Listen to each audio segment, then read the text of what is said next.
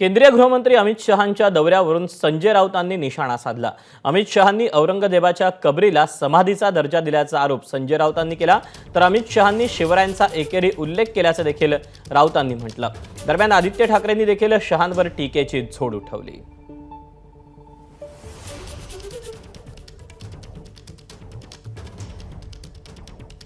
जिजाऊ ने बाल सेवा में संस्कार करे भरे और शिवाजी ने वो संस्कार को एक वटवृक्ष बनाया और उसके बाद धर्मवीर संभाजी महाराज, महारानी ताराबाई, धनोजी, संतोजी, शिवाजी के बाद औरंगजेब जब तक जिंदा रहा उसके सामने लड़ते रहे, जूझते रहे, यहां तक कि अपने आप को आलमगीर कहने वाला व्यक्ति महाराष्ट्र में पराजित होकर यही उसकी समाधि।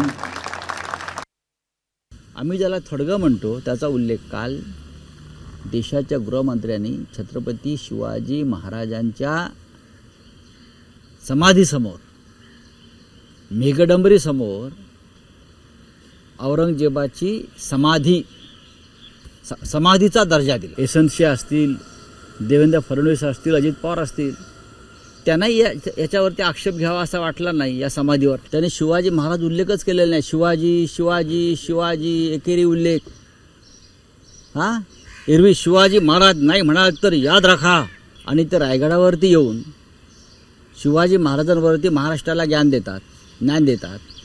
हे कुठले ज्ञानदेव आम्हाला ज्ञान देणारे?